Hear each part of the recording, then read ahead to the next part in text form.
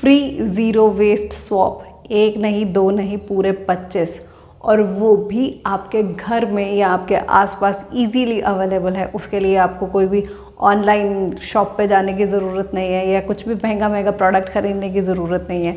मैं 101% श्योर होकर बोल सकती हूँ कि जब ये आप स्वैप्स सुनेंगे तो आपको लगेगा ये हमें पहले करना चाहिए था। नमस्कार, मैं प्रियंका और आप मिलकर जानेंगे ये सिंपल इजी स्वैप्स जो हम अपने घर में आराम से ढूंढ सकते हैं। हाँ, आप ये कह सकते हैं कि वो इंस्टाग्राम में दिखने वाले इस तरह से सुंदर प्रोडक्ट्स तो नहीं होंगे, पर डेफिनेटली वो आपके घर में ही अभी अवेलेबल हैं, जिनको आप इजीली अपनी लाइफ में ऐड कर सकते हैं और बहुत सारा पोल्यूशन का सल्यूशन निकाल सकते हैं। तो चलिए, अगर आप भी इसी तरह के सिंपल से इजी से पोल्यूशन का सल्यूशन जानना चाहते हैं तो प्लीज़ इस चैनल को सब्सक्राइब ज़रूर कीजिएगा और ये बेल नोटिफिकेशन दबाना बिल्कुल मत भूलिएगा, क्योंकि इस चैनल का मोटिव सिर्फ इतना है कि हम अपने लाइफ में कौन से छोटे छोटे से चेंजेस करें कि हम इस बड़े से पोल्यूशन का आसान सा इजी सा सल्यूशन निकाल सकें। सबसे पहले शुरुआत करते हैं हमारी किचन से। नेचुरल डिश लिक्विड बार, अगर आप ऑनलाइन उन्हें देखने जाएंगे तो वो आपको ₹1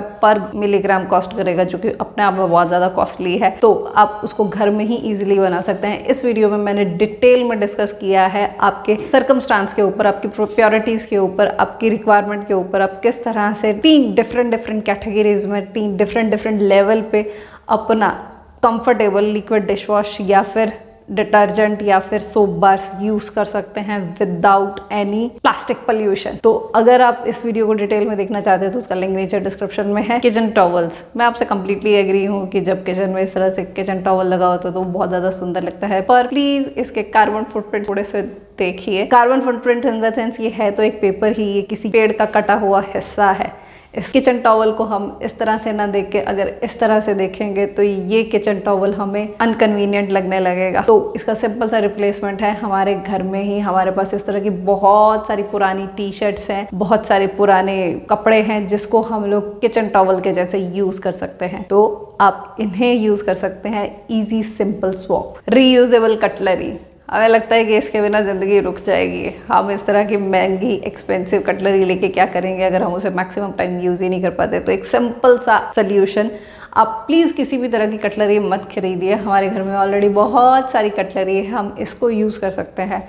आपकी रिक्वायरमेंट के अकॉर्डिंग आपको जो भी कटलरी आइटम चाहिए वो आप इस तरह से किचन टॉवल में या किचन रसोई में हम जो नैपकिन्स यूज़ करते हैं उसमें लीजिए, रोल कीजिए, गांठ लगाइए और आपकी सिंपल सी कटलरी किट तैयार है। ज़रूरी नहीं है कि हमारे पास कितनी वैरायटी ऑफ प्रोडक्ट्स हैं, ज़रूरी ये है कि हमारे पास जितने भी प्रोडक्ट्स हैं हम उन्हें कितनी इफ़ेक्टिवली यूज़ करते हैं। मेसन जार, ग्लास जार, मुझे भी पहले ऐसा लगाया था कि मुझे बहुत सारे ग्लास जार्स की ज़रूरत है, पर ट्रस्ट में मुझे बिल्कुल भी नहीं लगा ऐसा। जब मैं प्रैक्टिकली इस चीज़ के ऊपर अपना इम्प्लीमेंटेशन करने लगी, मेरे पास इतने सारे ग्लास जार्स हैं, बॉटल्स हैं, अलग अलग कैटेगरी के हैं।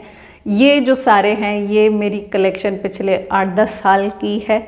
सिंपल सी एक चीज़, आप अगर, मैं पहले तो यही कहूँगी कि आप इस तरह की सॉस और जैम्स और इस तरह की चीज़ें खरीदिए ही मत, क्योंकि इनमें 101% सोडियम बेंजोएट है। अगर आपको लगता है कि ये कैंसर कॉजिंग नहीं है तो एक सिंपल सी चीज़ सोचिएगा कि एक प्रोडक्ट आइटम जिसकी शेल्फ लाइफ घर पे तो 1 महीना होती है, लेकिन वही सोडियम बेंजोएट डालने के बाद उसी प्रोडक्ट की शेल्फ लाइफ 2 साल तक कैसे हो जाती है बिना रेफ्रिजरेशन, कैसे हो जाती है। तो डेफिनेटली इसमें कुछ ना कुछ बहुत ज़्यादा गलत है जो खाने को इस तरह से उसका लाइफ स्पैन बढ़ा देता है, उसको डाइल्यूट ही नहीं होने देता नेचुरली। तो प्लीज़ अवॉइड कीजिए। पर फिर भी अगर आपके पास बहुत सारे बहाने हैं, मैं उसको बहाने ही बोलूँगी क्योंकि मैं उसको किसी भी तरह से जस्टिफाई नहीं करना चाहती। आई एम सॉरी, अगर आप वर्किंग हैं, आधा घंटा हम लोग अपने 1 हफ्ते में निकाल सकते हैं। आधे घंटे से ज़्यादा टमाटो सॉस नहीं लेता है बनाना। कोई भी आइटम अगर आपको बनानी है तो आधे घंटे से ज़्यादा किसी भी कीमत पे नहीं लगता है।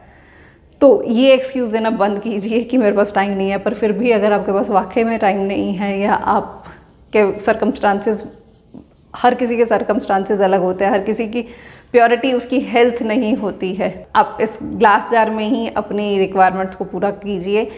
प्लास्टिक जार्स पे मत जाइए। अगर इनकेस आप प्लास्टिक जार्स भी लेते हैं तो प्लीज़ उन्हें उसके बाद यूज़ कीजिए, फेंकिए मत। आप इन जार्स को मल्टीपल वेज से यूज़ कर सकते हैं। तो मैं इस तरह के कमर्शियल जार्स आते हैं वो नहीं कभी खरीदा। हाँ, ये खरीदे थे, इनमें से मैंने 6 कंटेनर्स खरीदे थे ये वाले, जिनमें से मैंने 4 गिफ्ट कर दिए। ये 2 मेरे पास हैं और यही मेरी लास्ट परचेज़ है। और इसके बाद मैंने डिसाइड किया था कि मैं और ग्लास जार्स नहीं खरीदूंगी, क्योंकि ग्लास 100% ऑल्दो रिसाइक्लेबल है, लेकिन वो मोस्टली हो नहीं पाता है। अगर आप टूटे हुए ग्लास कबाड़ी वाले को देते हैं तो वो नहीं लेता है मोस्ट ऑफ द टाइम। अगर आपका कबाड़ी वाला लेता है तो प्लीज़ नीचे कमेंट ज़रूर करके बताइएगा। मेरे वाले ने तो नहीं लिया है। वो चीज़ें हम क्यों अक्यूमुलेट करें जिसका हम लोग फाइनली उसको कुछ कर नहीं सकते हैं। स्टील आप किसी भी दुकान वाले को दीजिए, किसी भंगार वाले को दीजिए, खुशी से लेगा वो, किसी भी चाय कंडीशन में क्यों ना हो। इसीलिए मैं स्टील कंटेनर्स प्रेफर करती हूँ, ग्लास जार्स नहीं। कंपोस्ट बिन वो फैंसी वाले महंगे वाले नहीं चाहिए।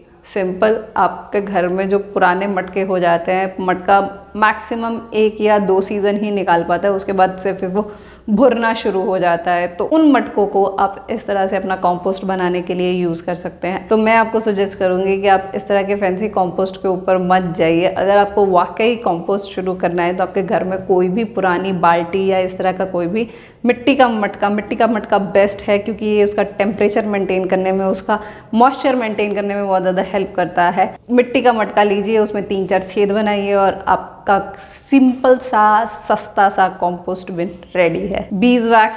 बीजवैक्स रैप आप उन्हें हाथ की गर्मी से ही उसको अपने खाने के ऊपर सेटल कर सकते हैं, उसका कवर बना सकते हैं। तो एक क्वेश्चन, जून जुलाई की गर्मी में भारत में तो 40 डिग्री के आसपास टेम्परेचर होता है, तब इन बीजवैक्स रैप्स का क्या होगा? इंडियन सिनेरियो में ये बिल्कुल भी सूटेबल नहीं है। हमें बीजवैक्स रैप्स नहीं चाहिए। उसका सिंपल सा सल्यूशन है कि हम अपने खाने को इस तरह से, कोई भी आपका किचन टॉवल है उसमें, या जिसको हम पोना बोलते हैं या रसोई वाला कपड़ा बोलते हैं, उसमें रखिए, गांठ लगाइए। मलमल का सबसे अच्छा होता है, गांठ लगाइए और आपका तैयार है। ये ना ही खुलेगा, ना ही इसमें कुछ भी तरह की आपको प्रॉब्लम होगी। अगर आपको ये लगता है कि हम बच्चों को स्कूल में किस तरह से दे सकते हैं, तो ये मेरे बेटे का लंच बॉक्स है। इसमें मैंने ये रोटी को सिंपल कपड़े में लपेटा और उसको दिया है। कोई भी प्रॉब्लम नहीं होती है। हर पेरेंट, हर स्कूल ये चीज़ समझता है कि एल्युमिनियम फॉयल टॉक्सिक है,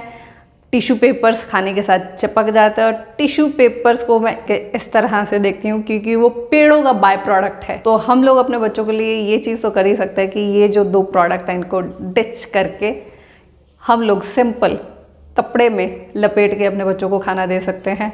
धोएंगे कैसे? सिंपल, इसको वॉशिंग मशीन में डाल दीजिए, कोई मेहनत नहीं है इतनी धोने में। वुडन स्पून, हाँ अगर आपके पास मिट्टी का इस तरह से बर्तन है तो उसके ऊपर वुडन स्पून ही ज़्यादा अच्छा रहता है, मैं इस पर कम्प्लीटली एग्री हूँ। लेकिन अगर आप मेटल के बर्तन यूज़ करते हैं तो उसके ऊपर वुडन स्पून की ज़रूरत नहीं होती है, तो आप दूसरी तरह के भी स्पून्स यूज़ कर सकते हैं। पर ये सिलिकॉन और अजीब से प्लास्टिक के स्पून्स मत यूज़ कीजिए। मैं इसके कहीं से भी फेवर में नहीं हूँ। मेरे पास स्टील की ही सारी की सारी कड़छी और इस तरह की चीज़ें हैं। जब हम चीज़ों को ऑनलाइन खरीदते हैं तो उसमें एफर्ट कम हमारे जाते हैं, फिजिकल एफर्ट कम जाते हैं। तो हम फिजिकल एफर्ट उन्हीं चीज़ों में डालना पसंद करते हैं जो हमें वाकई ही उनकी ज़रूरत होती है। अगर उनकी ज़रूरत नहीं है तो हम उसमें फिजिकल एफर्ट ज़्यादा नहीं डालेंगे। वुडन स्क्रबर, हाँ ये दिखने में बहुत ज़्यादा सुंदर दिखते हैं, मैं आपसे कम्प्लीटली एग्री हूँ। सीरियसली ये बहुत ज़्यादा सुंदर दिखते हैं, पर इसके हमारे पास बहुत सारे अल्टरनेटिव हमारे ही आसपास हैं। आप चाहें तो इस तरह से नारियल का जो ऊपर का छिलका होता है वो यूज़ कर सकते हैं। मैं नारियल का छिलका नहीं यूज़ करती, मैं रस्सी, जो जूट की रस्सी बाज़ार में आपको 1 रुपए की 1 मीटर आराम से मिल जाती है, उसको यूज़ करती हूँ। या फिर बहुत सारे लोग नेचुरल स्पॉन्ज आता है उसको भी यूज़ करते हैं। उनके घर के आसपास ही कोई ना कोई बेल लगी हुई है, तो जब बीज पक जाता है तो वो इस तरह से स्पॉन्ज एक छोड़ जाता है, तो आप उसको भी यूज़ कर सकते हैं। हमारे इंडियन ट्रेडिशन में ही इस तरह की बहुत सारी चीज़ें हैं, हम उसको यूज़ कर सकते हैं। अगर आप इतनी भी मेहनत नहीं करना चाहते तो एक बहुत सिंपल सा जुगाड़ है, आप अपने घर में ही ये जो पुरानी पड़ी हुई जुराबें हैं इसको यूज़ कर सकते हैं। मैं ये जुराब पिछले 1 साल से भी ज़्यादा हो गया इसको यूज़ कर रही हूँ और अभी तक इसका कुछ नहीं बिगड़ा। इस तरह के जो प्लास्टिक वाले वूवन स्क्रबर्स हम लोग यूज़ करते हैं जो कि मैक्सिमम 2 महीने में प्राण छोड़ देते हैं, उसकी जगह पे आप ये जुराब यूज़ कीजिए। अगर आपके घर में काम वाली भी है तो वो उसको आराम से कंफर्टेबली यूज़ करेगी, उसको कोई प्रॉब्लम नहीं होगी। अगर उसको स्क्रबर चाहिए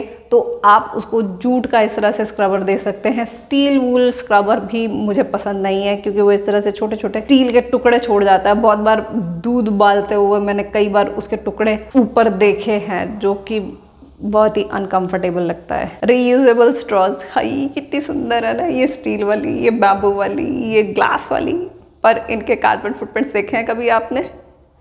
मैंने इसके ऊपर एक पोस्ट बनाई थी, पता नहीं आपने वो देखी है कि नहीं देखी है। प्लीज़ आप वो जाके पोस्ट देखिए और उसमें सिंपल सी आप चीज़ों को स्टडी अगर करेंगे तो आपको लगेगा कि यार एक स्ट्रॉ के लिए इतनी मगजमारी। हम बच्चे हैं या अडल्ट हैं, हम अपना जब खुद से लिक्विड पी सकते हैं, हमें पीना आता है, पानी किस तरह से पीते हैं, तो हम खुद से क्यों नहीं पी लेते?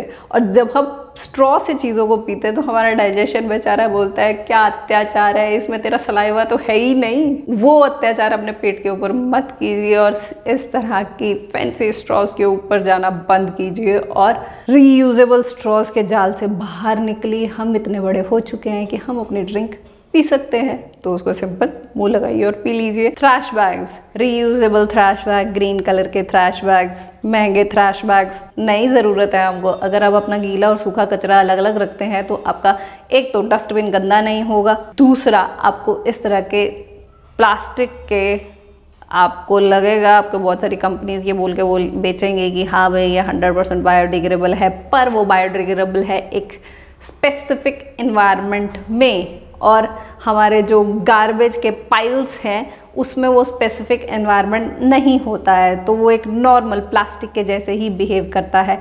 तो प्लीज़ अपने पैसे को जलाना बंद कीजिए। तो सिंपल सा सोल्यूशन, अब अपना गीला कचरा और सूखा कचरा अलग अलग रखिए। अपने थ्रैश बैग्स जो इस तरह के आते हैं आपको उनकी ज़रूरत ही नहीं लगेगी। प्रोड्यूस बैग, हाँ ये बिल्कुल चाहिए ही चाहिए, पर मैं आपको ये नहीं बोलूँगी कि आप ऑनलाइन के नीचे दिया हुआ लिंक पे जाइए और उसको ख़रीदिए। नहीं, हमारे घर में ही जो पुरानी चादर है, जो पुराने पजामे हैं कॉटन के फटे हुए, उनको निकालिए, काटिए, पीटिए और उनको दर्जी से सिलवाइए। आपको एक बैग 10 रुपये से लेके 40 रुपये, डिपेंड अपॉन आपके वहाँ पे स्टिचिंग क्या चार्ज करते हैं वो लोग, उसके बेसिस पे वो आपसे चार्ज करेंगे। तो प्लीज़ प्रोड्यूस बैग्स बाहर से खरीदने के बजाय घर में ही जो हमारी पुरानी चादरें हैं उनको यूज़ कीजिए। हाँ मुझे मालूम है अभी 25 स्वॉप्स नहीं हुआ है, एक्चुअली मैंने कैटेगरीज में डिवाइड किया है। ये स्पेसिफिकली जितने भी स्वॉप्स हैं मैंने ये किचन से रिलेटेड बताए हैं आपको। इससे नेक्स्ट वीडियो में जितने भी मैं आपको स्वॉप्स बताने वाली हूँ वो हमारे बाथरूम से रिलेटेड हैं। उसके बाद हमारी लॉन्ड्री आएगी और स्किन केयर आएगा और उसके बाद जो मिसलेनियस 2-4 बच जाएंगे वो आएंगे। तो प्लीज़ लाइक शेयर कमेंट ज़रूर कीजिएगा और सब्सक्राइब ज़रूर कीजिएगा अगर आपने अभी तक नहीं किया है। अगर नहीं किया तो फिर अगली वीडियो कैसे देखोगे भाई। तो मैं मिलूँगी आपको अगली वीडियो में जिस पे हम डिस्कस करेंगे बाथरूम के स्वॉप्स।